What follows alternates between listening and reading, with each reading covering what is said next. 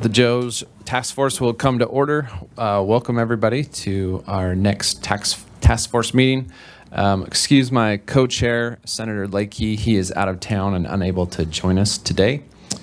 And welcome everybody. Appreciate your interest in this and our ongoing work. As it's been said before, this is going to be a multi-year process. There's a lot to look at and a lot to get through, but we're hoping in these next couple of meetings we can put forward some recommendations and have some things to carry forward into the legislative session.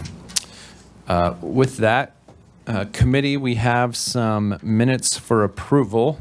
And since we are joint committee, I have to remember we operate with Senate rules, which requires a second. So, Senator Samaroth. Thank you, Chairman Ehlers. And having read through the minutes, and major appreciation to the Secretary for such meticulous and comprehensive minutes, I move that we approve the minutes from September 29th, 2025. Thank you. Is there a second on that? Second. Senator Berkey seconds. Any discussion on the minutes? Any changes or corrections that need to be had? Seeing none, those in favor of approving the minutes from September 29th signify by saying aye. Aye. Any opposed by nay? Motion carries and the minutes are approved. And Senator, appreciate you bringing that up. We are grateful to our staff. You'll see they put a lot of work into the presentations today and in providing information and additional insight and knowledge for what we're looking at. So thank you to our LSO staff and the work that they're doing. First up, we have Alex Penny from our LSO Impact Review Team. He's going to discuss the Idaho Code Cleanup Act and the new sections. I think we're over 70 sections today or close to that. 79 that he's going to go through. Committee, you have before you sort of a summary page, and then I believe earlier this week, if you want the full text and analysis was sent out, which Mr. Penny will go over. So,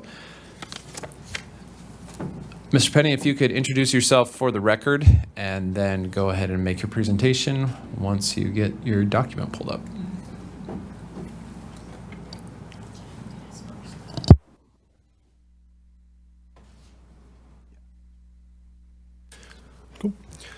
Good afternoon, Mr. Chairman and members of the DOGE Task Force. My name is Alex Penny. I'm a research analyst with the Impact Review Team and the Legislative Services Office. And today I'll give a brief update on the Idaho Code Cleanup Act and the submissions we've received and those we've reviewed and we think are ready to advance to the next stage and go to bill drafting. So just a real brief history again. The act is in Title 67, Chapter 37 of Idaho Code, and it was the result of the passage of House Bill 14. It requires agencies to submit obsolete, outdated, and/or unnecessary provisions of code. At the last task force meeting, Deputy Director of LSO, Mr. Paul Headley, talked a bit about our review process and the provisions that we are focusing on. Again, we're prioritizing the more straightforward, low-hanging fruit repeals, and we're doing our due diligence with the other submissions as well. So we do have a few open threads with the agencies on different provisions that we're waiting to hear a little bit more about. At the last meeting, 20 provisions were advanced to bill drafting through a motion, and I think that brings us to today. So with the same process, we have 79 provisions of code before the task force today, and we've been sending these out weekly. The handout and the screen shows the breakdown. So as you can see, it's a breakdown by agency. So there's 17 from the Department of Finance, 20 from the Department of Water Resources, 1 from the State Treasurer, 1 from LSO, 23 from the Department of Lands, 5 from the Department of Parks and Recreation, 2 from the Division of Human Resources, 1 with the Commission for the Blind and Visually Impaired, 1 with the Hispanic Commission, and finally 8 from the Library Commission. So one thing I do want to note is that the Columbia Compact is included in the 79 provisions provided, and that was submitted by the Department of Water Resources. just that intersects a bit with the agency consolidation and elimination presentation that my colleague, Mr. Tatro, will give later. So another reminder, after the bill drafting, the approved sections will go to the germane committees for consideration. As far as the future goes, we'll continue to get these out weekly. The next task force meeting will likely have the last large packet of provisions that might go before the germane committees this session, and that's largely out of respect for our bill drafters and their capacity. We will, however, continue to work through the several hundred provisions and maybe provide a very large packet next interim as well. But with that, I think I'll stand to answer any questions on the provisions provided and maybe hand it over or defer to any of my colleagues or any of the agency representatives if they are present. But thank you, Mr. Chairman. Yeah, thank you, Mr. Penny. I do want to note that we, I believe, invited the agency heads, either director or their designee, for those that were impacted. I think some of them are in the audience today. If we do have specific questions on some of these code cleanup sections. So, committee members, any questions for Mr. Penny or maybe specific ones that we might direct to any of these agencies involved? I'll start with one. I'll have to find it again. It was in the credit union one. It's 26-2177. It's mostly, I don't know what page it is, around page 20 in that large packet. I think it is page 20 in your large packet. Just curious of the word choice of family for a credit union. It says official family. Maybe there's somebody in the financial industry that, it's the title of it, 26-2177. The title of the provision and code. Mm-hmm. Mr. Chairman, I cannot speak to that. I'm not sure if an agency representative might be able to provide an answer. I'm not seeing anyone in the audience willing to jump up and answer that question, so perhaps they're not represented. So that's fine. I don't think that's going to change my decision here on this, but I just thought it was an interesting word choice. Any other questions for Mr. Penny or for the agencies? I guess one other one, I'm just looking at my notes. Some of the analysis said that the Department of Finance may have wished to comment on this elimination of this Idaho Corporate Credit Union as a cooperative nonprofit entity. Did we receive any comments from the Department of Finance, or are they here today to make any comments to this end? Okay. Doesn't look like it. All right. Committee members, I don't see any further discussion. So on your one-page summary handout at the bottom, there is a motion, a prepared motion number 1, that the chair would entertain so we could take action on essentially moving this code cleanup recommendation forward. Representative Scott. Thank you, Mr. Chairman. I am going to ask a quick question, sorry. Go ahead. I'm wondering if someone from Water Resources is here that could address the one on the Columbia River Treaty Compact. I don't know if anyone's here. Representative, I'm not sure. Mr. Penny? It's Title 42, Chapter 17.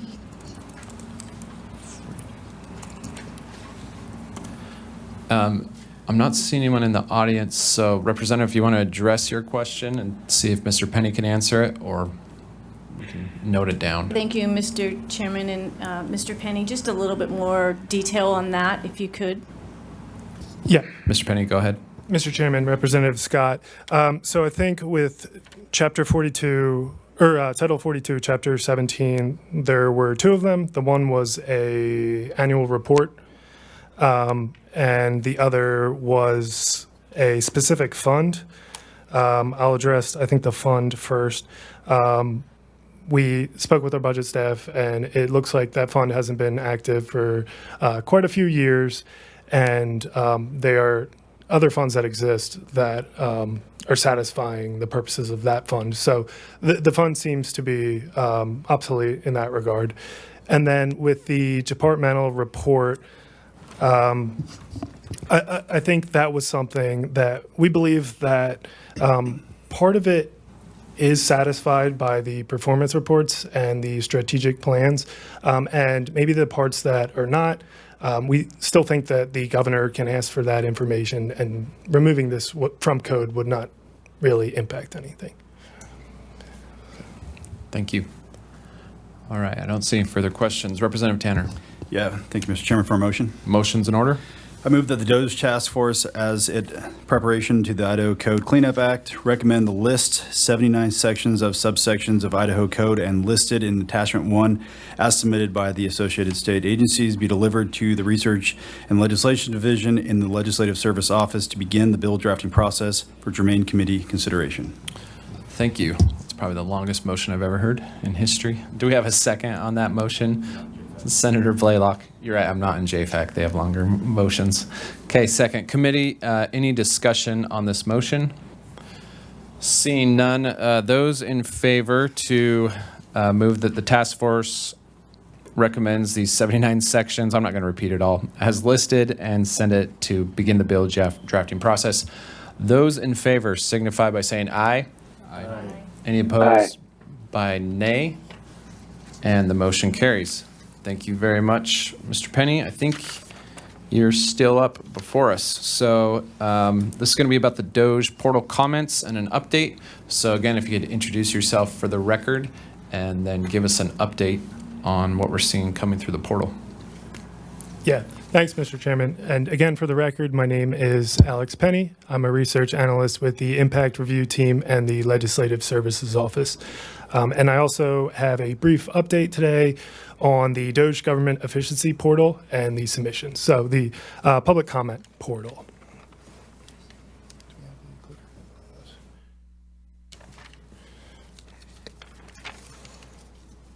Okay, so just a brief reminder, it was created by the DOGE Task Force to allow the public to report instances of government duplication, waste, or inefficiencies. And the purpose is really to make government processes more efficient and to improve services. And the general breakdown of the information that we receive, first we have the name and contact information. The citizen member of the public selects a relevant policy area, and then they give the meat and potatoes, the comment, the things that they want to focus on, and they provide any proposed solutions to address their comment. So to date, we've received 648 submissions to the portal from the public. And as you can see on the screen, and the largest category is general government at 203, health is at 131, education 98, and so on and so forth. At ELSO, we've been reviewing all of these public comments. Sometimes the selected relevant policy area doesn't necessarily match up with what the comment or the solution, or we think it might be a little better explained. So as we've been going through all of those 648 submissions, we've tried to categorize them a little further. So these are the categories we came up with. So again, health and Medicaid is still up near the top at 135, education at 85. A couple I want to point out, the specific agency and or personnel, like it says, a specific agency or a specific division or specific director. These comments are really addressed kind of at the nitty gritty. And then you have state operations, which are kind of concepts or ideas that might affect all of the agencies. So something like reforming or changing the purchasing process, or talking about vendors or work from home or things like that. So those are just a couple of the categories that stick out, and the rest of them are on the screen now. We are happy to dig into any of those specific categories or the categories that came about with the original submission, or we can look into any specific requests from the task force. But I think that concludes my remarks. Thank you. Thank you, Mr. Penny. Committee members, any questions or comments on the DOGE portal. Senator Blaylock. Thank you, Chairman. Mr. Penny. I want to, as time has gone on, the submissions have gotten a lot better. I think maybe there was some initial frustration at the beginning, and we heard a lot of shut the task force down, and that's fine. But I feel like the last couple reports that have been sent over, I've enjoyed reading through some of those. They're thoughtful and give me things to think about and go research.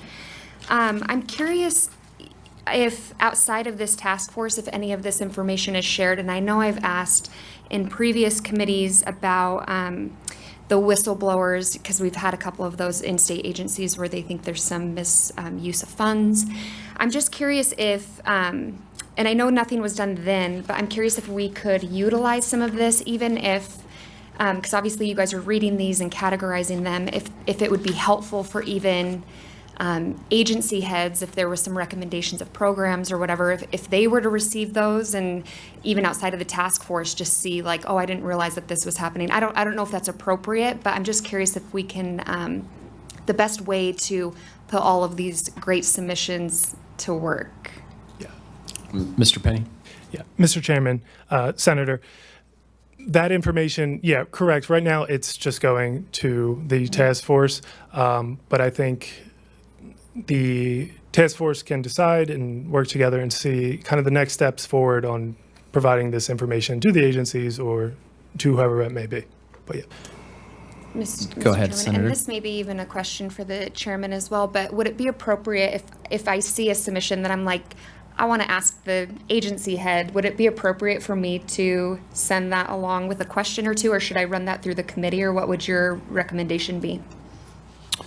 I think it'd probably be appropriate. You might want to maybe just double check with the co-chairs and see, but I think something we could do, I'm just thinking for the next task force meeting, is maybe have gone through some of these and we put forward the ones we want to forward on to the agencies or ask the agencies about. We could even take some time here to have them respond to some of these ideas. So maybe we just spend some time between now and the next meeting classifying those, forwarding some of them on, and then we can spend time to address potential solutions.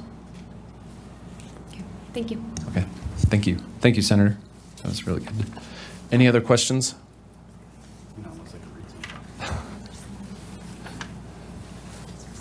Okay, I'm not seeing any further. We appreciate the public's interest in this. Again, if you want to make a comment in the public portal, it's legislature.idaho.gov/doge. There's the option to submit anonymously as well. So we will keep going through those and keeping our eye on them. So thank you. Thank you, Mr. Penny. Yeah, thanks, Mr. Chairman. All right, we're going to switch topics here and go back into full-time employees. And today we're going to address some things around bonuses and vacancies and management level FTPs. We have with us Frances Lippett from LSO, a senior budget and policy analyst.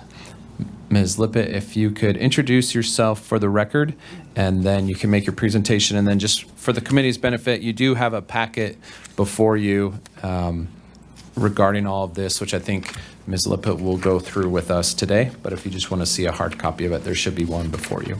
So go ahead. Thank you, Mr. Co-Chair. For the record, my name is Frances Lippett. I am a senior budget and policy analyst with Legislative Services Office. And one of my assignments is the Change in Employee Compensation Committee. And so that is part of how I have the luck to get to speak to you today about bonuses, extended vacancies, and management ratios at state agencies. And so specifically, we're trying to address some of the questions that arose during the task force's last meeting. I'm going to be walking through the compensation tools at state agencies' disposal and then reviewing bonuses and temporary merit increases before we get into positions that have been vacant longer than 6 months and those management ratios. So the first item that you should have received in your packet is a table of lump sum compensation tools.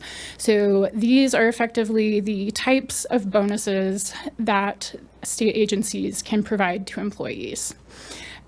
One important thing to note is that any type of pay change that a state agency would like to implement must be routed through both the Division of Human Resources and the Division of Financial Management so that the justification and fiscal impact can be evaluated before a pay change is approved. And then in addition, agencies are also required to report to both the executive and legislative branch on bonuses that were paid out by October 1st of each year. So on that first page, looking at bonuses, a performance bonus would reward exemplary service and can go up to $2,000. A recruitment bonus can only be used to recruit a new hire to state employment, and that would be up to $5,000. And agencies have the option whether they would provide that payment at the time of hire or after 6 months, if it is a position that struggles with retention. Retention bonuses can be used to retain employees, although agencies are limited to only one of those annually, and those are also provided up to $5,000. And then one more unusual type of bonus is the employee suggestion bonus, which rewards state employee suggestions that have resulted in taxpayer savings. And those can be awarded up to the lesser of either $2,000 or 1/4 of the savings that were provided. The recruitment and retention bonuses both require memorandums of understanding with employees, and part of that is so that if an employee leaves within 6 months, the employee could be required to pay back the bonus. But basically, the agency is retaining a level of control in the event that the bonus doesn't fulfill its intended purpose. So that is the most common types of bonuses or lump sum pay tools. State agencies also have several base pay compensation tools. So this would be the ongoing pay increases. Ms. Lippett, can I pause you here? Please. If you're moving on to the next topic, if we Certainly. could maybe just address bonuses. First, committee members, are there any questions while we're on bonuses? I think there's some documents provided here with a bonus report as well. Yes, Mr. Co-Chair. So the bonus report is the item that is going to be right after we discuss base pay compensation tools. So we're talking about policy right up top, and then we'll get into the two reports that go into. All right, go ahead. Yeah, let's Okay. discuss policy and then we can get into the reports. Thank you. Good. All right. So base pay tools can help to retain employees, reward performance, and provide pay changes for increased responsibilities. There are 4 basic types of base pay increases. Merit pay increases are, I think, what most people are familiar with. This is what we often think of when we think of change in employee compensation. These are pay changes that are rewarding performance based on performance evaluations. Equity pay changes are adjustments to provide similar pay for similar work. That could be based on an internal baseline or an external baseline. Conditional merit increases can be provided for increased duties for as long as an employee retains that responsibility. So that type of increase could effectively be indefinite for as long as that additional responsibility is carried. And then finally, temporary merit increases, which can be provided for short-term assignments, typically less than 6 months. This would normally look like a particular project or filling in behind a vacancy or training new staff. So, having run through our compensation tools, we next have the statewide bonus report by agency for fiscal year 2025.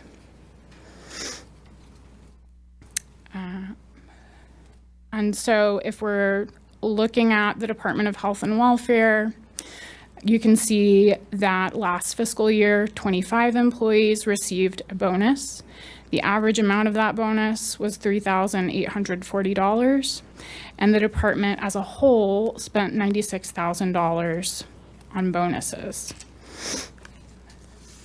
Jumping down to the end of the report, 2,315 employees received bonuses statewide at an average cost to the state of $1,912 and an overall cost of $4.4 million.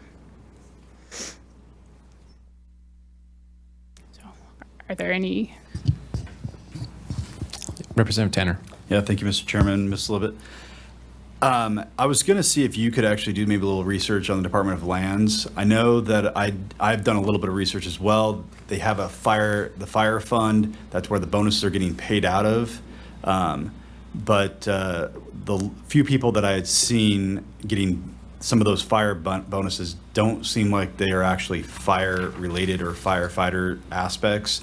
So maybe if you could provide a list of all the bonuses, who they were giving to, kind of their job classification, so we can kind of look through and make sure that we're not just having a fund that we're giving money out of. Ms. Libet. Certainly, Co-Chair Ehlers and Representative Tanner, that's something we can look into. I will say that I'm not sure if the data that I have access to identifies the bonuses that are specific to fire. I think we can find a way to report that, but I'll just say that the data that I do have, I think all of those bonuses would fall under the performance bonus category, so they would be lumped in with every other type of performance bonus.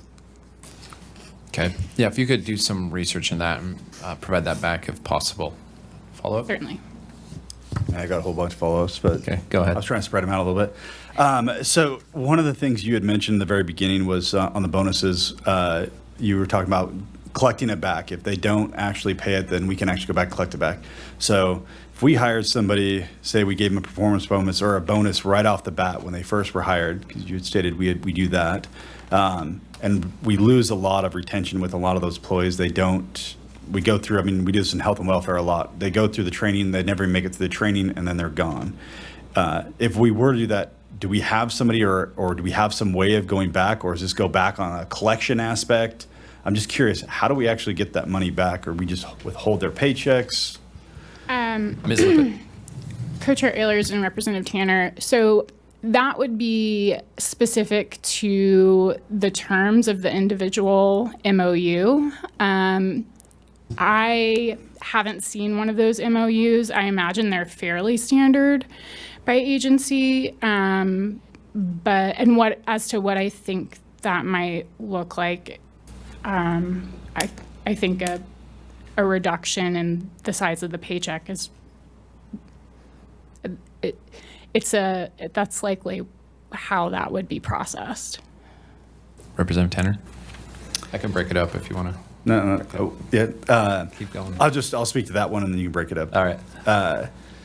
So I actually am just more curious because I've actually done this as an employer as well. I had an employee that had done a really good job at giving bonus, but we had an agreement that they would stay 6 months minimal, and I gave them the bonus. They left after about 2.5 months. I actually went out and tried collecting that back because there wasn't enough in their last paycheck to actually even withhold. Then I looked at state law and I couldn't withhold the paycheck. So I still had to release the paycheck based on current law, and then I couldn't actually, there was nothing for me to actually go back and actually get that back, even though I had agreement. I'd have to go sue them. Or I turn them into a collection agency, and they'd have to go after them. So I'm just more curious how if the state has a better way of doing it, or if we are exempt from law and we just get to do what we want. I'm just more curious, how do we get around that? Ms. Lippett?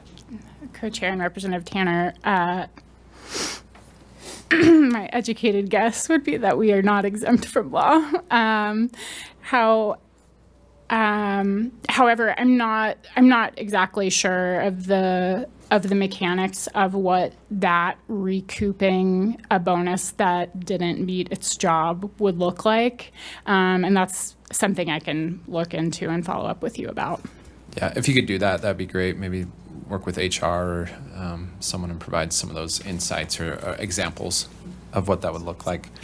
So some of my questions are around on this report for the statewide bonuses. There's 2,315 employees that received a bonus. A rule of thumb, I think I've heard there's about 25,000 state employees, so we're just under 10% received a bonus. But I think it's interesting how it varies by departments. I'm wondering if you could get, so we have the number of employees here that received a bonus. I wonder if you could show like total employees and like what percent of that was, to just kind of see if there's some outliers in terms of, maybe, so overall it's about 10% of state employees, but, maybe one department only gives 1% of bonuses, and maybe there's another department that gives, 70% of their employees bonuses. I think that'd be interesting to look at and understand those reasons why. So, Co-chair, understood. I think that that question makes a lot of sense, because I do think that it would vary quite a bit depending on the mission of the agency and just the nature of those positions and how difficult to retain they are. Sure, I think that could help inform us to understand, maybe there's some reasonable answers why one's an outlier and one's not, but it might help us be able to drill down a little bit more. The other question I have is, you have dollar amounts listed here by agency. It's about $4.4 million in total. Do you know if that's all general fund money or if there are other fund sources for this? Co-chair, that would be all fund sources. So I would imagine that a portion of that is general fund, but I wouldn't want to speak to what proportion that would be. Okay. If you could maybe have a breakdown in that, I think that would be helpful, and just report back with that so we could see. Okay. Thank you. All right, Representative Tanner. Yeah, Mr. Chairman, Ms. Lippett, you had stated in the very beginning, you had actually mentioned the short-term merit aspect, but we really didn't get into it. Mostly I'm looking into this because I actually had a director nonchalantly tell me, because it was about bonuses, and they said, well, one of the ways we can get around it was actually doing short-term merit around the statutory authority around bonuses.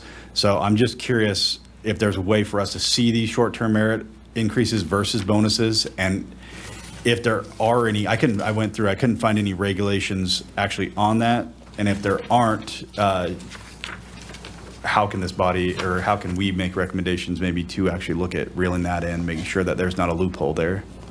Ms. Lippett?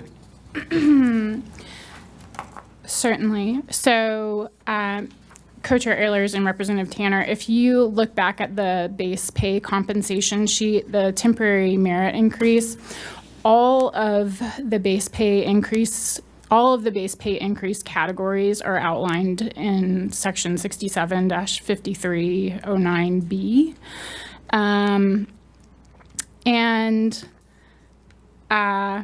To your question about looking at those increases, after this bonus report, we have a report on the temporary merit increases for this fiscal year to date. And so that can kind of give you a sense of the scale and frequency for those.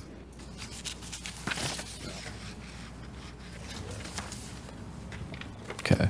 While I was looking at that, Representative Scott. Thank you, Mr. Chairman. Ms. Lippett, I'm curious, in your research, can you tell me what the lottery sales bonus is for? What information did you find on that? Ms. Lippett? Thank you, Co-Chair and Representative Scott. It's been a minute since I looked at that one, but I believe that it is meeting a particular sales target. Thank you. Thank you. One additional question I had. So in the policy section you outlined, there is the potential for an employee suggestion bonus. But when I look at the actual numbers and the breakdown, it does not look like anybody's actually received that bonus. A little disappointed. I was hopeful somebody would chime in with good suggestions and get rewarded. But do you know when the last time that bonus was actually utilized? Co-Chair, I think that's a fantastic question. I have no idea, but I can find out. Okay. Yeah, if you could just find out. I'd be curious on that, if it's working as intended. Okay. Committee members, any further questions while we're discussing bonuses and temporary pay increases?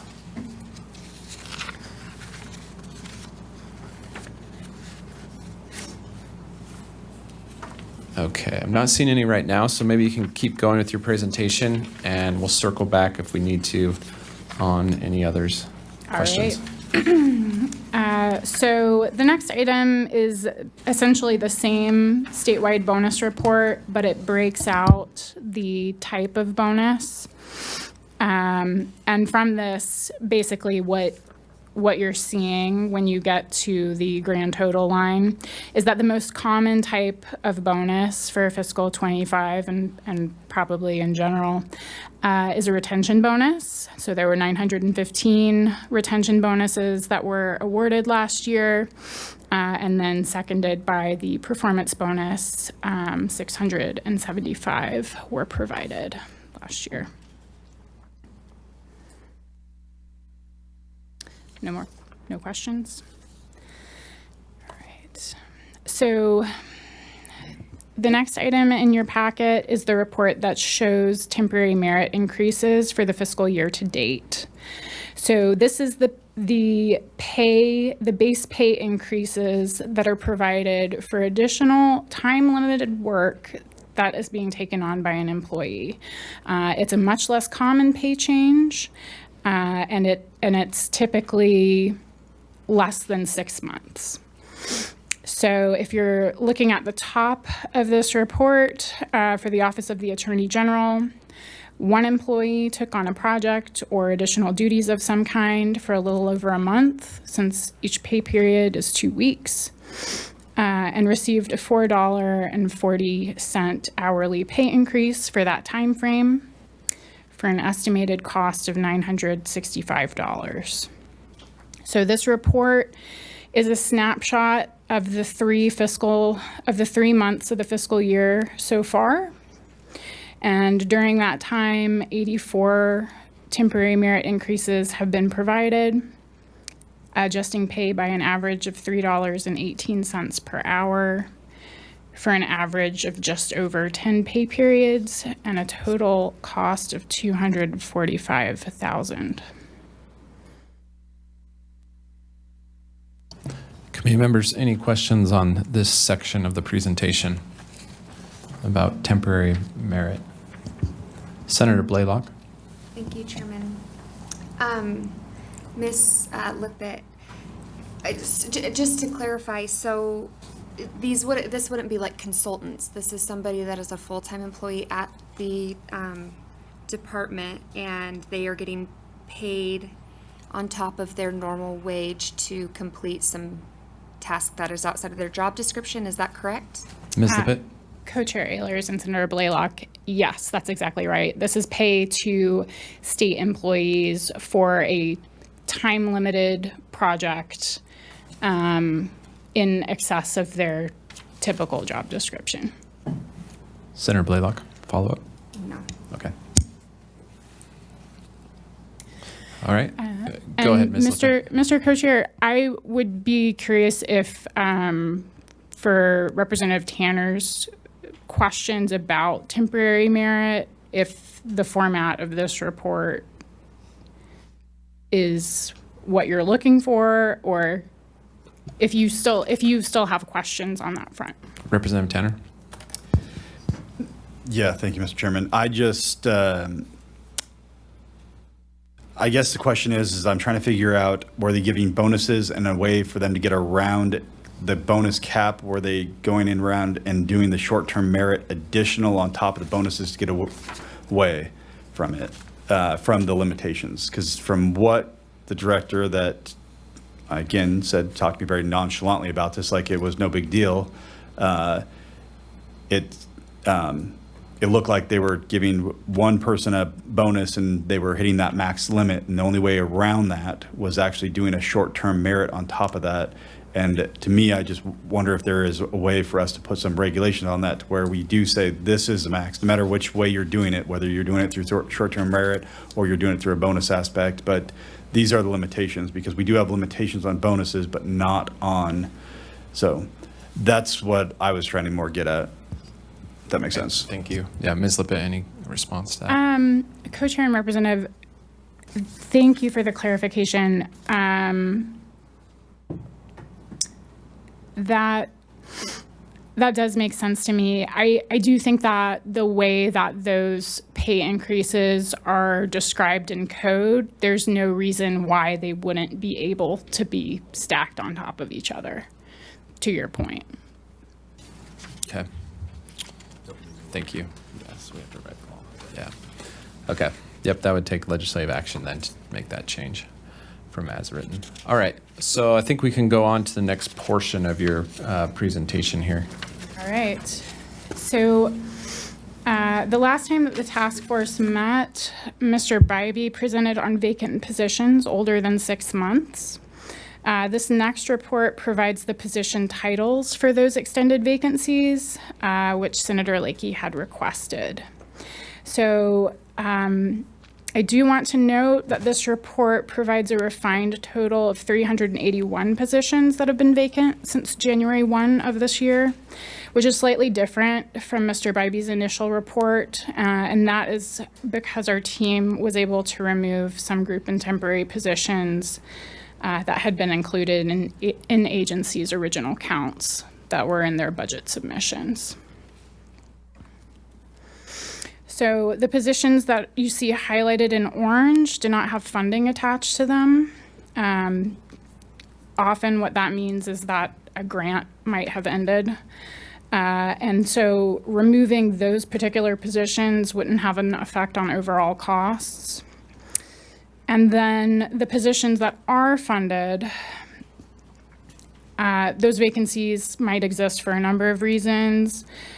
They're often high skill, high turnover positions where a lack of qualified applicants is the primary challenge. However, it's also often the case that program changes or hiring freezes might be in place.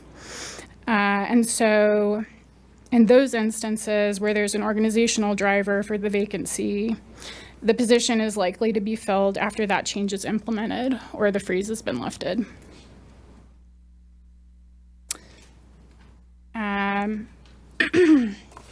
So I think that the next question that might be on people's minds looking at this is what do agencies do with the funding for those positions? And the answer is that does vary. Over half of the time, this funding was reverted, which means that the cash stays where it is, the spending authority lapses. Basically, it goes unused. And less frequently, agencies might transfer to a different expense class. So they might use that funding to buy new office furniture. And in some cases, they would use it for overtime or workload distribution among their existing staff.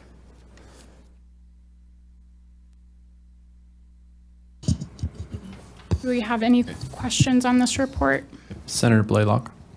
Chairman, Ms. Lippett, just to clarify, so you said 50% of the time the money's reverted back and then you said less frequently the money's used for other things. So where, is that also the other 50% or? Ms. Lippett, sorry, go ahead. Co-Chair Ehlers and Senator Blaylock, let me see. So based on agencies reporting, it's not quite the full 100% with those three.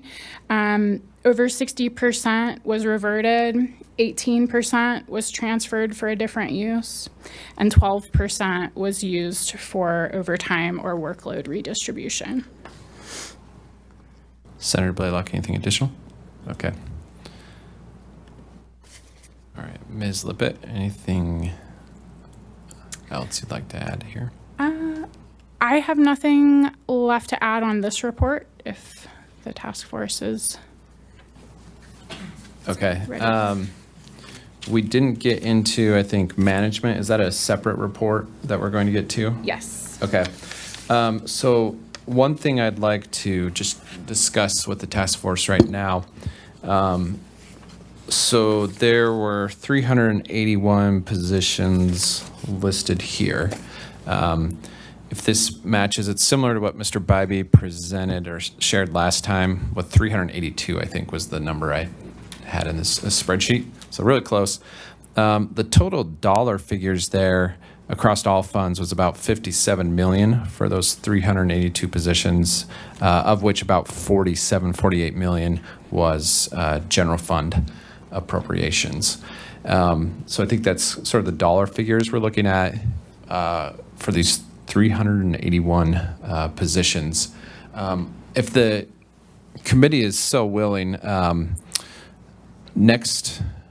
actually in a couple of weeks, Co-Chair Lakey and I are going to present to JFAC's interim committee. And these recommendations, well, a lot of them are going to have to go through JFAC that we're making as a DOGE committee. If the committee is willing, I'd entertain a motion that we recommend to JFAC, and Co-Chair Lakey and I can do this at that meeting, that these 381 positions essentially be eliminated along with the correspondent funding. Senator Summerroth. Thank you, Mr. Chairman. To your point, I have a question, and I'm not sure how to form it. With your patience, hang in there with me. Okay.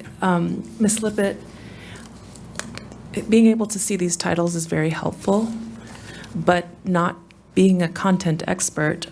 For example, when I look at Department of Environmental Quality and a hydrogeologist is listed, I wonder how critical is that? Is that position's work and scope repeated in other jobs? And so that's why they're able to leave this position unfilled for whatever reason. We don't know if it's a recruitment issue or an agency decision. Is there any way for these positions to be categorized in terms of levels of critical contribution to the scope of work that that agency is required to do? I think that's my first question, Okay. Mr. Chairman. Ms. Lippett, any comment on that? Co-Chair Ehlers and Senator Summerroth, I think that's a very good idea. I think that there is one question that was included on our vacant position questionnaire in agencies' budget submissions that gets close to that. And so that question is, what is the operational impact of this extended vacancy? And so one example of an answer to that would be the responsibilities are being absorbed by existing staff. Another example of an answer is, critical business functions aren't being performed, or, this program is severely understaffed, or we're not meeting our responsibilities in this particular program area. So with that in mind, I think we have sort of a start to prepare something along those lines, but if you're looking for specifically a yes or no on an agency determining whether a position is critical, I think that that's something that we would need to return to them and ask. More information. Okay, thank you, Ms. Lippett. Yeah, Senator, go ahead. Thank you, Mr. Chairman. And then to your point about making the recommendation for those budget or those position cuts, assuming that there might be more budget cuts coming for agencies either now or in the next year, I'm wondering if, given the lack of information we have in terms of how critical these positions are for the work of those agencies, if it's possible to hold off on that recommendation until we, first of all, have a better understanding, and secondly, those agencies might end up offering those positions to be cut depending on future budget cuts that might be coming. Sure. Yeah, I appreciate that. Maybe I'll address those. So, in terms of the agencies offering them up, I think that'd be great if they, performed some analysis and saw what was, what they could offer up on their own. But that would, I think, fit within the motion. And maybe I'll clarify as well. Instead of recommending individual positions as listed here, I think the recommendation would be, we have a summary at the high level, right? Like by department. For example, Department of Commerce would be 8. So we would just recommend that it would be 8 positions with the corresponding appropriation, and then the department themselves could decide which one of those are critical or not, or how they're going to come up with that.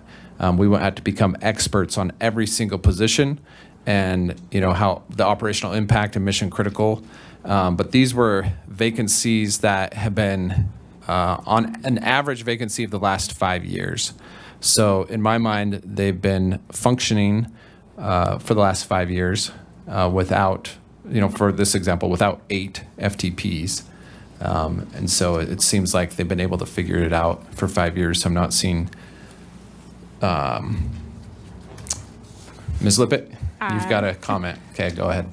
Co-Chair Ehlers, just a point of clarification. So these positions have not been vacant for an average of 5 years.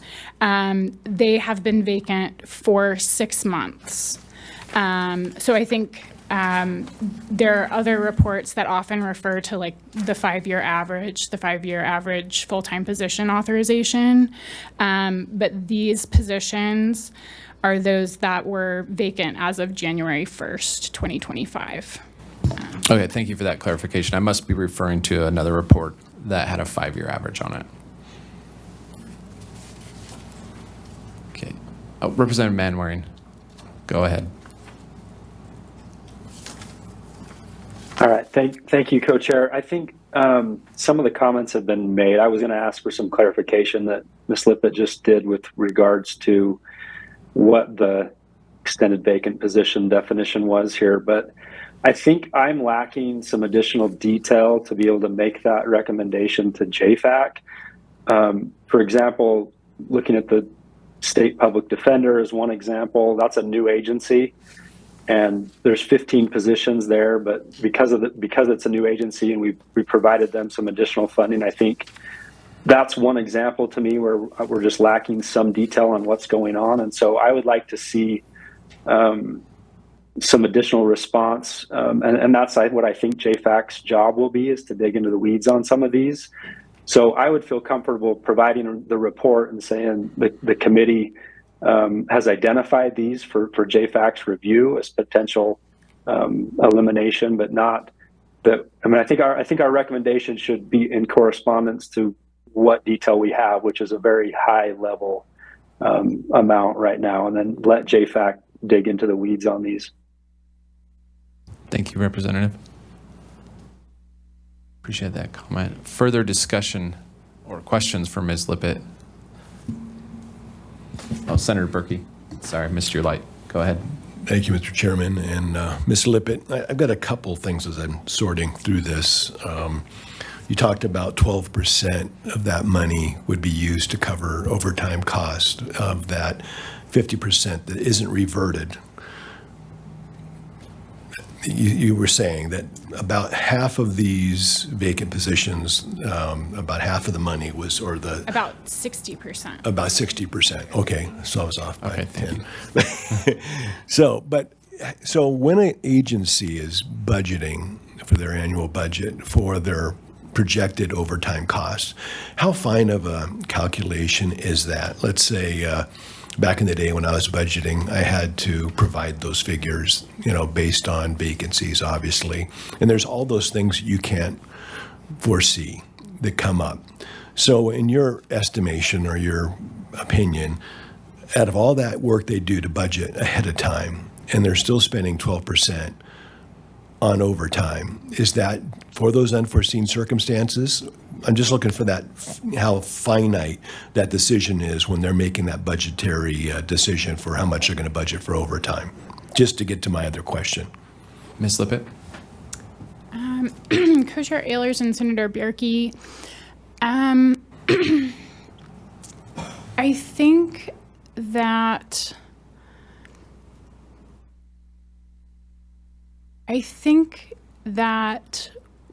the simplest, I think that if an agency has a lot of overtime positions, that is budgeted, but it's budgeted as sort of an add-on, if that makes sense, as sort of a lump sum. We also will need this for overtime pay.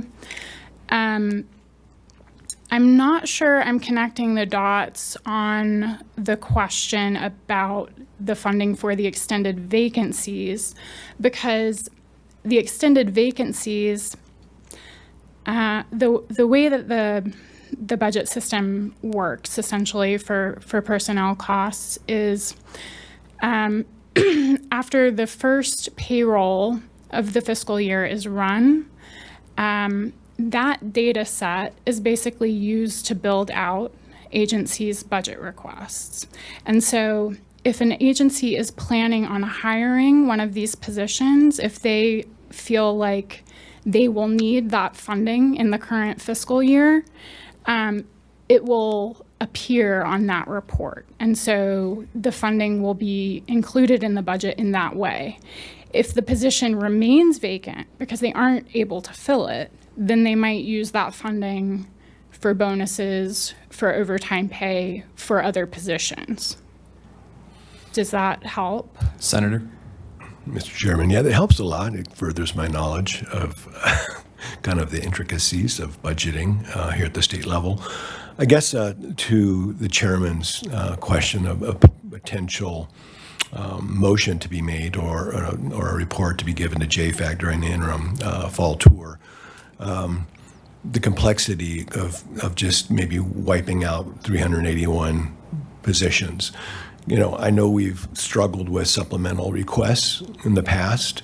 Do you see us making kind of a move in that direction, only opening up potential for, hey, we reverted that money back, we've taken away that position as was requested, but now we needed to hire it, so now we're asking for a supplemental to get money back for a position we just lost, if that makes sense? Ms. Lippett?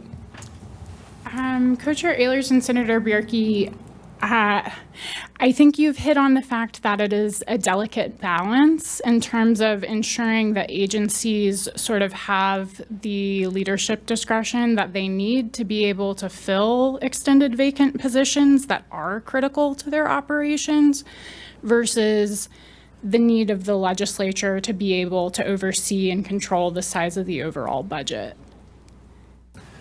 Senator? Mr. Chairman, and follow up, please, and Ms. Lippett. Yeah, we are like part of that equation. How much does HR, when you're looking at particularly these bonuses, back in my day, I couldn't do anything unless I had HR approval. We had ability to give bonuses, but it was almost not quite worth the work of going through the process. I'd rather take the guy out to dinner or something like that. There was some complexity to it, and it was heavily governed by HR and, of course, policy. Is that also the case here in the state? Ms. Lippett? Co-Chair Ehlers and Senator Bierke, I don't believe so. I believe it's a fairly straightforward approval process where the justification and the performance review is routed through the Division of Human Resources and DFM, and they, as far as I know, can get a seal of approval. That being said, I know that from policy documents, not from experience. So, Gotcha. Okay. Thank you. Mr. Chairman, thank you. I'll hold off. Okay, thank you. Representative Scott. All right, I'm going to try a motion. Okay, motions in order. So I'd like to just talk about it real quick. What I'd like to do is get this document to JFAC so they can look into it. They know the agencies, they discuss and dig deep into the details. So the motion I would make is for the co-chairs to present the documents to JFAC for their review and their consideration, to possibly consider removing positions or funding that they deem unnecessary. Okay, Kind of leaves it open-ended. It gets it in front of them. It moves it along and doesn't say they have to do anything, or we highly recommend it, but it lets them dig into, it brings this to their attention, which I think needs to happen. okay, can you repeat that motion a little bit more, Representative, so we make sure we know Sure. what it is? Okay, so the motion is for the co-chairs to present this document and information, I guess you could put and information, to JFAC for their review,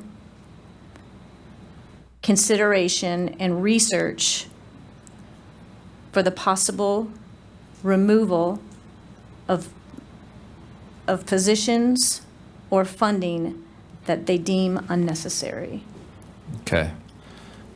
I think I've got that down. Second the motion. Okay, and Representative Tanner seconds that motion. Committee, is there discussion on the motion? Senator Blaylock. Thank you, Chairman. This is more just a clarifying, sorry, I'm just full of questions today. Go ahead. If we were to make this recommendation to remove all of these positions, when the legislature begins and the agencies come and present their budgets, could they then at that point make the case for the positions and we could add these back in? But at that time, they could then make the case for, specifically I'm looking at like Idaho State Police and the troopers. They could then make the case for that and we could vote on it at that time. Is that correct timing, or am I? Do you mean JFAC could vote on it at that time? Or, and then the whole legislature would then Yes, vote on it? and then- yeah.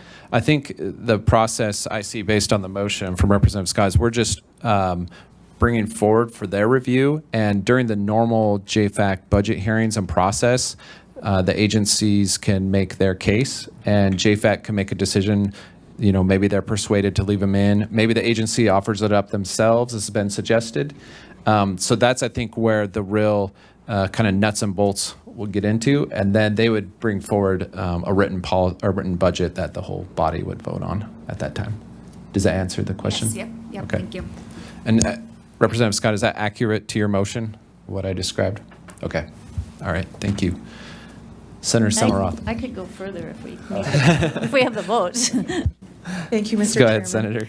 And to Representative Scott's motion, I really like the idea of giving the co-chairs the time and space to provide more information and gather more information about these positions.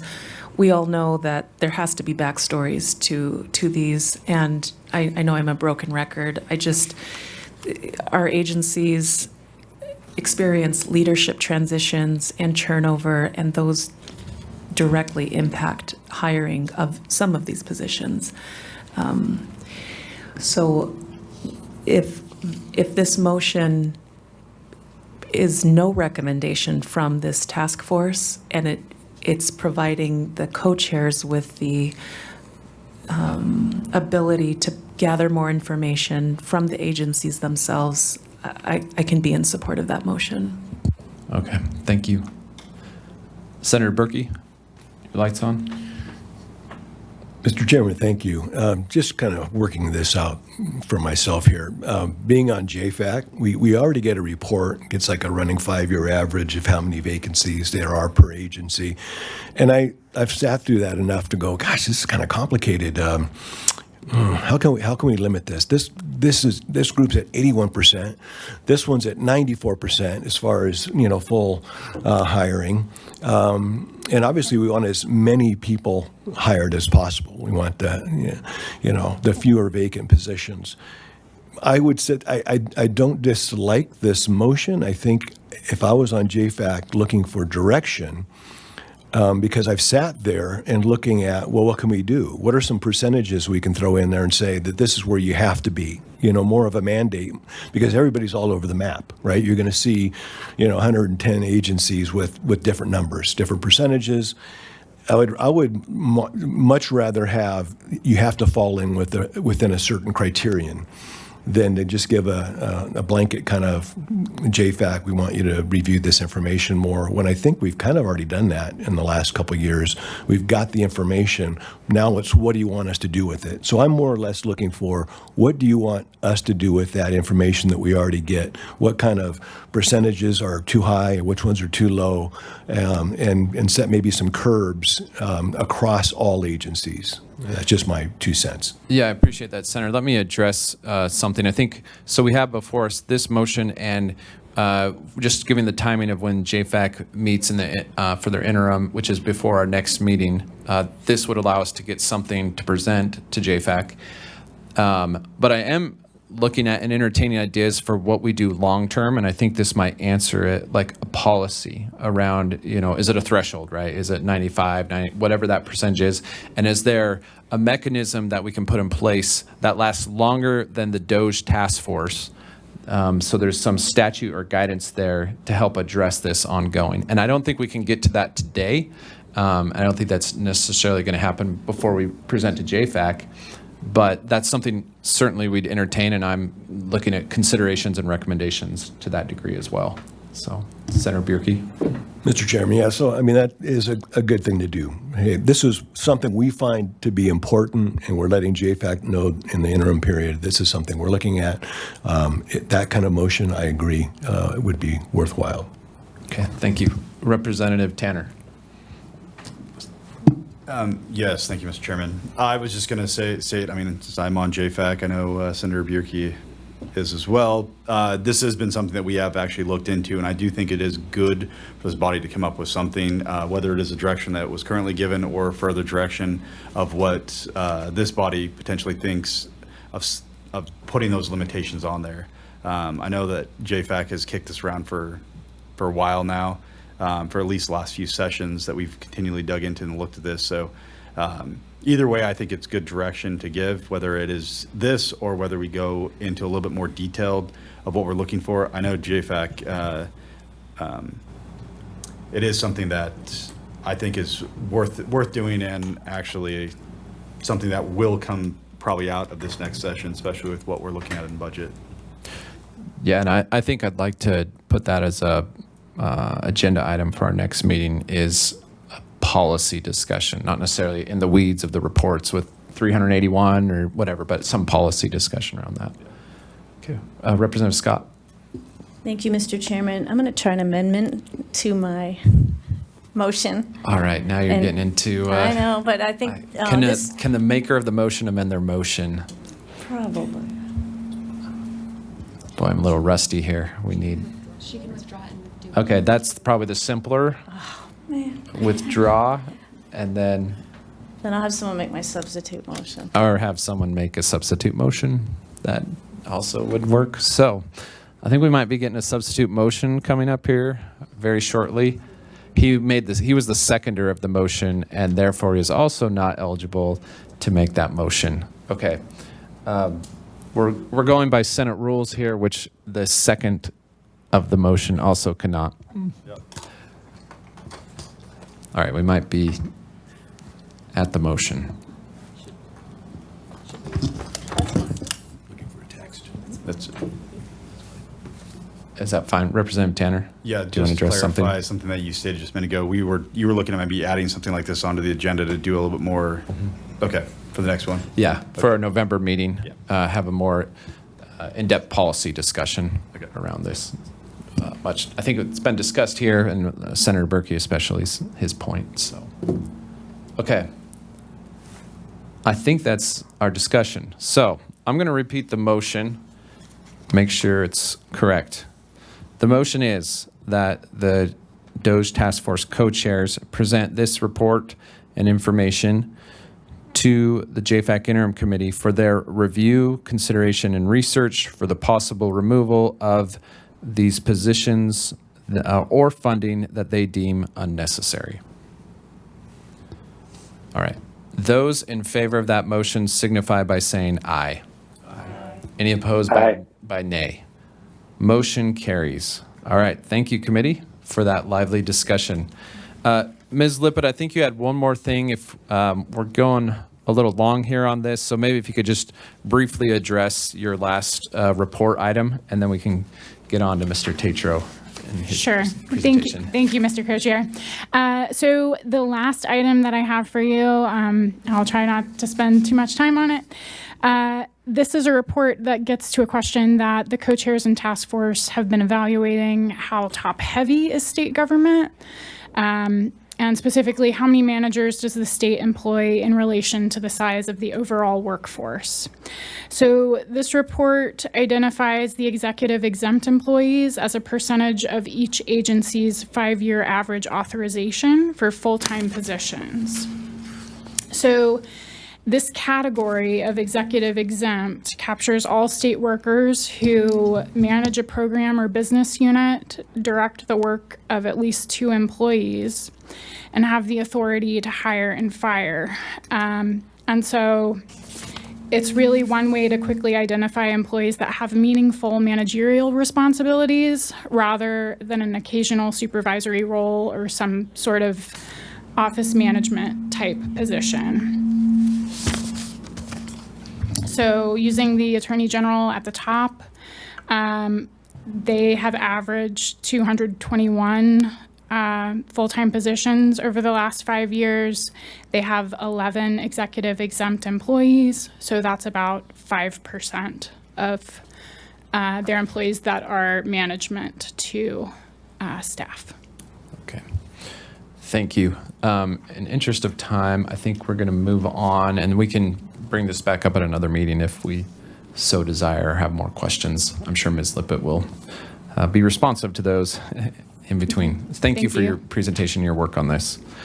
Next up, Jared Tatro, also from LSO, the team lead of the Impact Review Team. We have a packet before us that he's prepared with his slides on agency consolidation and reorganization.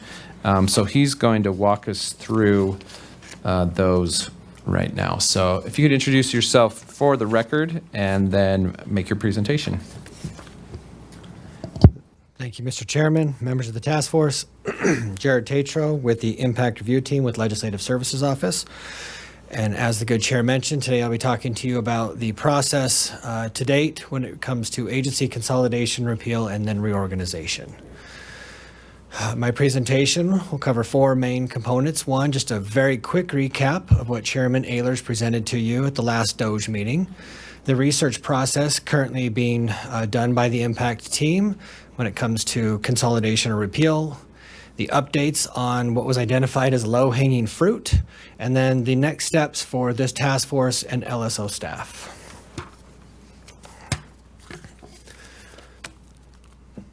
Quick reminder, which it's hard to believe it's been almost a month since the last DOGE task force meeting. Chairman Ehlers presented several layers of agencies that could be looked at for agency consolidation, agency repeal, changes, merging, and identified some low-hanging fruit, and for lack of a better term, middle-hanging fruit, and some kind of high-hanging fruit that we can get to when time and we're really interested in something else to do. LSO and the Impact team were tasked just a couple weeks ago with looking at 13 of those 14 low-hanging fruit options, and then again, those other 60-ish agencies based on committee requests and as time and resources allow. The 14 low-hanging fruit options are shown on the screen. I have renumbered them from what Chairman Ehlers presented, only to make this next presentation just a little bit simpler. And to date, the impact team has looked at 1 through 6. We are working hard on 7 and 8, and we feel that the governor's office and staff it would be beneficial if they provided what they envision when it comes to 9 through 12. And then 13, we are looking at, but having a hard time finding why it's no longer necessary versus is it just no longer a want to do. And then number 14 was removed. So a little bit more detail in just a second. So what have we done? What are we doing when it comes to this? What is our research? And I want to at this time thank Representative Scott and Co-Chair Ehlers for their help. We've been using the Good Representatives document as our starting point for our research, as well as feedback from the chairman to make sure we're addressing what the committee's needs are. So thank you both. In the information, we're going to look at the mission. What is the mission statement? What is the purpose? Either identified on the website and or through statute. What is the history? When did it come to be? Why did it come to be? And other just a kind of overview of what that agency does. What is the legal authority? Is it in the Constitution specifically? Is it implied? Statutes, rules? What are the federal requirements? What are the fiscal and staffing information? Right? We rely on a lot of the budget documents. There's some great publications up there. Appropriations, fund balance, assets, liabilities, oversight documents, the performance reviews that every agency submits each year, any financial audits done either independently or through Legislative Services Audits Division. Are there any OPE reports that have been conducted in the past 20 years? And then what other information is out there? And one of the big ones is agency input. They are the experts, they know their agencies, and so feedback from them of what they do, how they do it, is critical to understand what does Idaho code say, how is that interpreted, is it correct, do conversations need to take place, are there court case or lawsuits, are there any annual or other reports? We know that agencies are required to submit well over 400 reports to the legislature each year. Do those reports have information that could benefit in any consolidation or repeal? And then do other states, how do they tackle? How do they handle these agencies? How do they handle the statutory reassignments? And then finally, is there and how does it relate to the Idaho Code Cleanup Act? Mr. Penny mentioned this when it came to the Columbia River Compact. It was submitted to be repealed, but it was also presented as a potential repeal option in Chairman Ehlers' presentation just last week. So we're trying to look at all of these as well as agencies submitted bills to make sure that the full conversation can take place and that you as legislators and your peers have the information that you need to make the informed decisions. So just a quick update on the low-hanging fruit options. The One Plan Executive Group, this was submitted through the Idaho Code Cleanup Act and was actually approved by this committee to go on to bill drafting at the last DOGE Task Force meeting. Number 2, with the Big Payette Lake Water Quality Council, the research is done. We're just waiting on a response from the current nonprofit that is taking over the Big Payette Lake Water Quality Council. The statutory requirements have been done. Legislation was needed. That legislation is passed. It sits on the books and is ready for repeal. We reached out to make sure that while the report was done, is the work that legislation intended to be done, is it still there? Does the Payette Lake, which is the water source for the city of McCall, is it still staying clean? And so we should be able to have that submitted to this committee through the code cleanup by the next meeting. Number 3, the task force just approved to send the Columbia Compact Commission. That section of code has been met. And that was just submitted on and approved by you guys just a little bit ago. Number 4, eliminate the Junior College District Dormitory Housing Commission. In our research, we uncovered that there's a $7.5 million bond that is tied to this. And so rather than submit it to this task force, we want to find out what happens to that bond if this section is repealed, if anything. And so that's the work we're currently conducted. That's the knowledge that I have. So Mr. Hartwig has some more information if you want to dive a little deeper, but North Idaho College has been great at getting us that information. Number 5 and number 6, this is where we start to get into mergers. And I sent you 2 emails due to the file size. And those files provide everything I talked about on the prior slide. copies of OPE reports, copies of statute, copies of mission statements. That's all in those. And we've conducted the work, but we need guidance. And that's what the latter half of my presentation will get to, is what would you like us to do with all that information? When it comes to bingo raffle specifically, is they also submitted repeal of sections through the Idaho Code Cleanup Act. So we'll need guidance on, do you want to go that route or would you like to take a different route? And I'll get to that in just a second.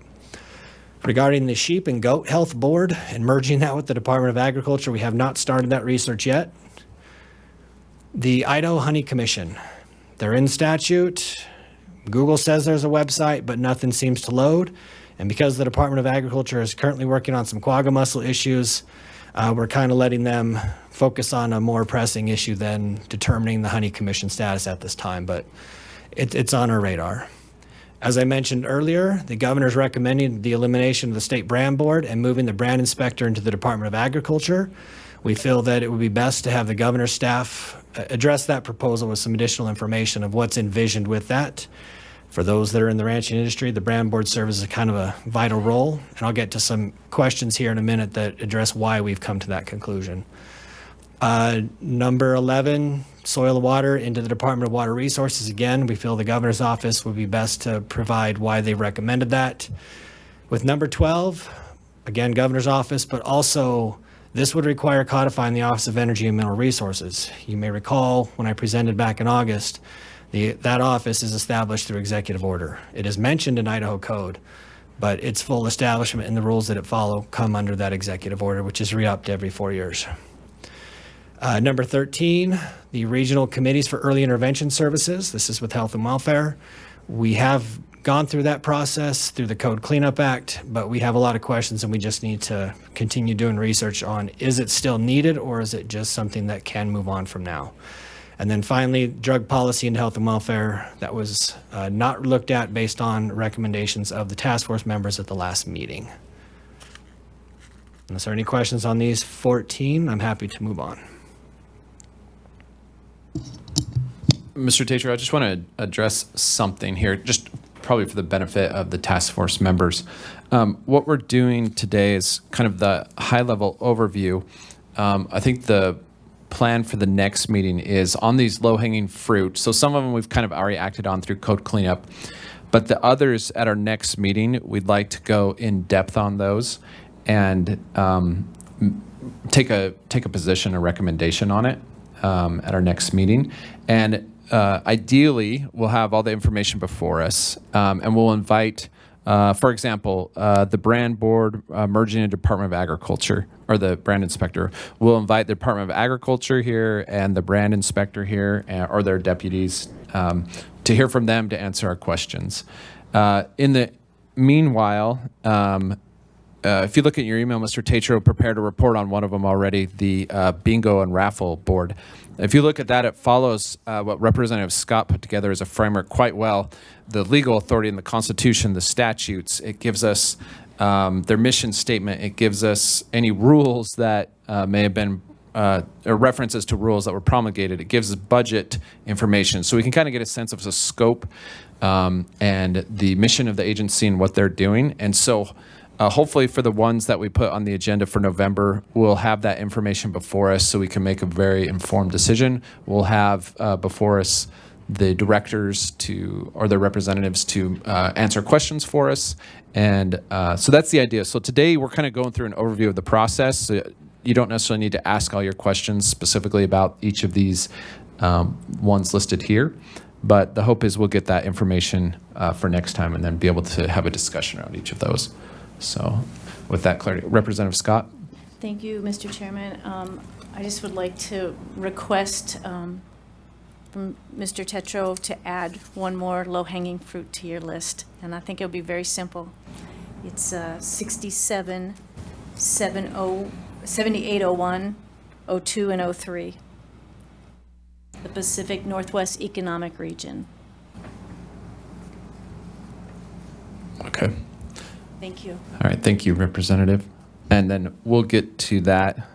Well, why don't you carry on with the rest of your presentation, then we'll talk about identifying some others outside of this low-hanging fruit list. Thank you, Mr. Chairman. So the last part of my presentation kind of looks at, moving forward. And much like how I mentioned, it would be beneficial if the governor's office provided some information on what they were envisioning with those consolidations. The same would be true for any legislative proposals as well. And some of the high-level questions, and that's how my next 3 slides are, is the high level, a little bit more detailed, and then really an ask of this task force for guidance. But one of the biggest questions in any of this is, what is the goal of consolidation? Or is the goal just to reduce costs and FTP? Is it to increase efficiency? Is it to provide better services for constituents? Is it to remove unnecessary redundancies? Right? Some agencies you can consolidate, and there's probably a lot of work you can reduce, and there's some that you could probably provide better services, and there's some that might be proposed for mergers that don't make a lot of sense. What is the goal? What are we trying to accomplish? And that can help the impact team and LSO determine how to best do the research. Who's going to be consolidated? Does agency X go to agency Y or vice versa? It seems small, but when you talk about bill drafting, when you talk about current leases and current contracts that might have to be rewritten, if you're going to form a new agency, if you're going to create a new title, all these documents have to kind of be thought through and in what order. And so on top of letting employees know what the next steps might be, when would it take place? How fast does this have to occur? Is the goal to put an emergency clause in legislation? Is it to be done next year or just sometime in the near future? How can affected agencies manage the resources to meet the new requirements? What will they need? Do they have what they need?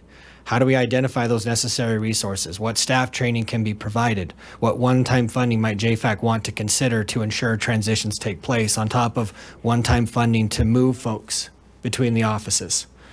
As well as what options does the legislature want to provide agencies, either through the budget or law, when it comes to addressing uncertainties, things that just weren't thought of at the time or that don't quite work as intended? And then ultimately, which options does the task force or the legislature in general want LSO to focus on first? Do we look at some of these repeals that are like the Columbia Compact that have kind of passed their time? Or would you like us to focus more energy when it comes to certain consolidations? So when we get into this, and based on some of the research that we provided in those emails, these are some questions that they're specific to looking at bingo and lottery, STEM and the Workforce Council, as well as the brand board, brand inspector. But the concepts of these questions can really be applied to just about any of the consolidation efforts. Do the lottery commissioners have adequate knowledge and resources to advise on charitable gaming?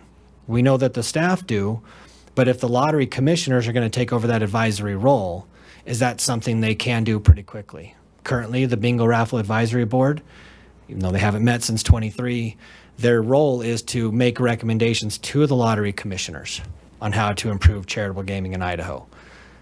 Can the lottery commissioners and the staff continue to absorb that? Probably a pretty simple question, but still, that's going to be a concept that can take place in any merger. Are the resources and the knowledge going to be there? The legislature and this task force have looked a lot at regulations.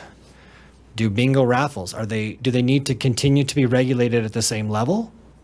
Does the legislature want to revisit and consider if it's either over-regulated or under-regulated, right? Based on the answer to that question could determine if the impact team submits through the Code Cleanup Act as submitted by the agency or holds those back so the legislature can determine if additional regulations need to be reviewed. Mr. Tatro, I'm going to jump in here and appreciate you providing these examples.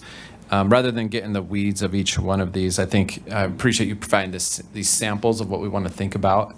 Why don't we go on to the next steps of moving forward? Because I don't want to get into a discussion of answering these questions, because these are some questions that certainly need answered.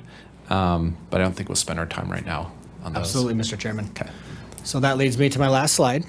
And moving forward, really we're asking is the DOGE Task Force members to answer the questions on slide 8, the who, what, when, where, why, prioritize the agencies and identify what the goal will be for that review. And really, this can be done through an anonymous survey. This could be done through emails. This could be done as the chair and the committee sees fit.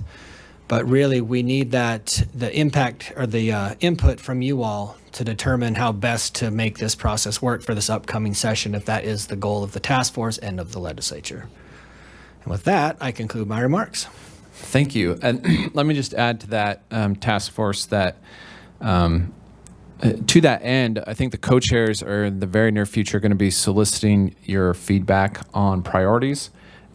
So we do have, we have the low-hanging fruit that we're going in depth, and certainly next meeting we'll probably have some deep reports that you're getting already, but for the ones we'll consider. And then there's like another 60 that were on that list. Rather than task LSO with doing the deep dive research for all 60, let's see if we can move 10 more forward of that 60 for the next round. And then we can come back and, we'll have 50 left and decide, what ones we want to move forward.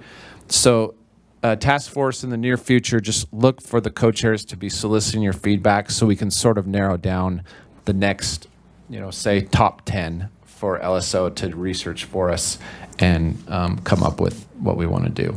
So, all right. Any additional questions or comments for Mr. Tatro? Okay, seeing none, thank you very much for that presentation. And I know this is a lot of work that goes into these reports, so thank you to you and your team. Next up, if we could have the secretary get the sign-in. We have public comments on board, and let me take a look at that and just see how many we have signed up for comment.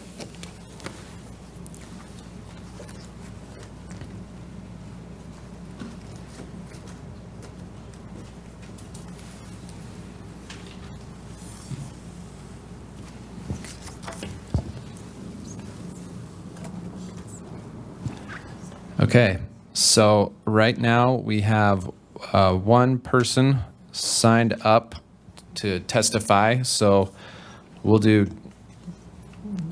be a little more lenient, maybe 2 or 3 minutes, and then we'll see if anybody else wants to testify. Representative Sauter, you have signed up for public testimony, so if you could come introduce yourself for the record, and then you'll have a couple of minutes. Thank you, Mr. Chair. Mark Sauter, District 1, Sandpoint. I may be here a little prematurely, but I've heard that the Lakes Commission from Bonner County could be on the soon or is on the low-hanging fruit list. So since I was here, I'm 420 miles from home, I thought I would come in and visit with you guys for just a minute. The state of Idaho has a water right for the Lake Pend Oreille Basin, so our governor has that right. This is really what it's all about. The Lake Pend Oreille and its basin provide a huge economic impact on our community, Bonner County, Boundary County, even some of Kootenai County, whether it's flood control, generating electricity, storing water, you name it. The lake is a dominant factor for our community. The history of it is the federal government came to Idaho and said, we'd like to build a dam on the Pend Oreille Lake, add 11 feet of water to it for flood control across the Northwest. The state of Idaho said, great. We made a deal with them. We trusted the federal government, and we've had our share of issues ever since. So that's really what the Lakes Commission is all about. Being 420 miles away, it's tough for the governor's staff to be there at all times. The Lakes Commission is not an idle commission, such that some of the others that have been mentioned. The Lakes Commission meets quarterly at least, and has so since 2003. So that has quite a history. It was formed here with a senator and our representative from our district that asked for that, and it started out as an issue with Army Corps of Engineers, Federal Fish and Game, Federal Endangered Species, you name it. So it was just to push back against federal overreach, and we've been fighting ever since. So right now they have 5 governor-appointed people on board. They deal with lake operations, power generation, capital improvement projects, and really they serve as the Idaho voice for water rights for our area and for our state. So my ask, and I'll just give you a quick current issue. As many of you know, all of our electeds here voted unanimously to support Senate Joint Memorial 105. Senator Woodward and I carried that to push back on the federal government and say we need to deal with our lake situation now and get our federal electeds to appreciate and understand our issue. We're also dealing with water adjudication for the Pend Oreille Basin, so that's a timely issue that's going on within the next year. So those are all huge issues for our area and the state itself. So in summary, what I ask is that we strongly consider removing our Lakes Commission from any of the low-hanging fruit list, whether it's from 10 all the way down to 60, but it's an active group. It means a hell of a lot to us and our district and our state, and it's the voice of our state government as well. So that I stand for questions. Thank you, Representative Sauter, for that. Committee, any questions for Representative Sauter? Okay, seeing none, thank you very much. I appreciate your time. Thank you. Thank you. Okay. Anyone else willing or wishing to testify? I'm not seeing anyone today. Okay. All right. Well, we'll close public testimony then. Appreciate the good work of LSO and our staff in doing this. And to the committee members, just kind of in closing again, we're going to solicit your feedback here real soon to try to look at the next level, next steps for which ones to look at or not to look at, as the case may be. We do have scheduled, and let's just clear it right now, a next meeting for November 19th in the afternoon at 2 p.m. It's a Wednesday. Unless anybody knows immediately why that wouldn't work. It doesn't conflict with any other interim committees, thankfully. It's not Thanksgiving that week yet. So that is what we're planning on meeting next time. So, and again, as we discussed, we'll probably go more in depth on this low-hanging fruit list. So also be looking for your emails for some of that research that LSO is going to provide around the framework that we've, Representative Scott helped put forward. So task force members, thank you for your work and your time today, and we are adjourned.